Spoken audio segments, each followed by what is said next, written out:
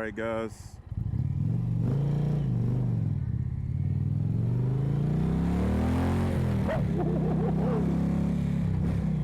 That never gets old.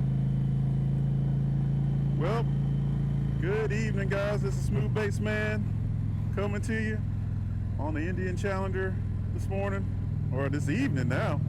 Man, I'm ready to get. Been up for a long time today. It looks like there's a lot of riders out today. Hey, just want to give you guys some feedback on some of my fall, winter riding choices. I've been trying to extend my season this year, and the only way to really do that is to stay warm while I'm on the bike. So I've got a nice winter jacket, motorcycle riding jacket, but it really never kept me really warm. So this year I decided to splurge and get some heated riding gear. So here's some of my feedback on it so far on how it's worked. So the first thing I'll go over is this Dewbu heated jacket. So I've been wearing this jacket for a week now, and it's been my everyday, all day jacket. Everybody's really giving me some really positive feedback on it everywhere I went. Said it looks nice, it fits good, and what's really cool is that it has a battery pack in it and lets you have heat whenever you need it. So I really enjoy this jacket. It really warms really nicely. If you put a nice base layer underneath of it, like a Columbia jacket with the Omni heating stuff in it, either the gold or silver Omni foil inside of it, it warms your body, and then it holds that heat up against your body like all even. It is just feels really nice. So I've been riding with this down to about 40 degrees on the motorcycle, and it's great. Just nice and warm, no issues. Now when it got below 40 with the wind, that just wasn't cutting it 100%. So I had to add the heated vest that I picked up. So it's actually a 12 volt system that plugs into a 12 volt directly to the battery on the motorcycle, and it has its own controller, and you fire it off, and that thing just puts out continuously steady heat. It's so warm. I usually keep that on medium, as a base layer, and then I throw the Omni jacket right on top, and it just really holds that heat in and just keeps your whole body warm as you're riding here in the fall and the winter.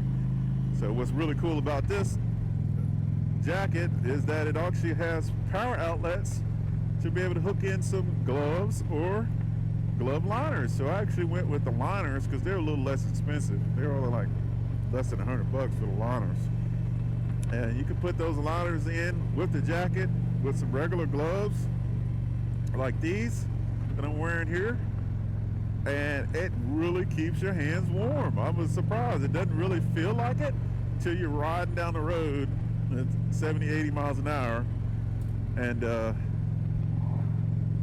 you don't feel, your hands are not cold at all. So so I rode with those in the freezing weather with these gloves with no issue. So I'm just really impressed with the liners and the heated jacket / vest. So I did try the pants out as well. The pants work really well too. So they all plug in and integrated into this 12 volt socket, and that really takes the edge off on your legs. So I do have lowers on this bike. So if I had full lowers, they're like 3/4 lowers. So got my foot and my shin covered by the wind. So the engine heat keeps my feet warm, so I don't need anything for my feet. But my knees and the upper legs started to get a little chilly on one of the rides this weekend. So I threw on those pants, and oh man, it just completely takes all the coldness out. It just heats in the right spots to keep your leg, your upper calf warm while you're riding on the motorcycle. So there's no heating in the back or in the seating areas because it would get damaged over time anyway sitting on it. The last thing I got is the India Challenger is, I've been holding out on this for a while. I just hadn't pulled the trigger yet because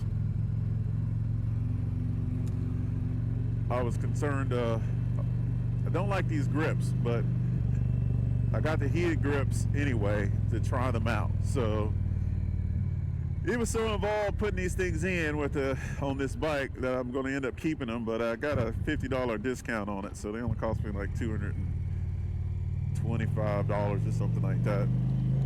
But I got the Pinnacle grips that have the chrome and rubber, and they're a little bit thicker, so I really like those grips from Indian. But these here, they heat up. They got 10 different heating settings. So right now it's on super hot. I'm about to turn these down because my hands are burning up. And you gotta keep your hands warm while you're riding. So, and it's accessible right there from the panel on the Indian Challenger. And then there's a button on the side over here. Lets me turn them on and off and then adjust the settings as well.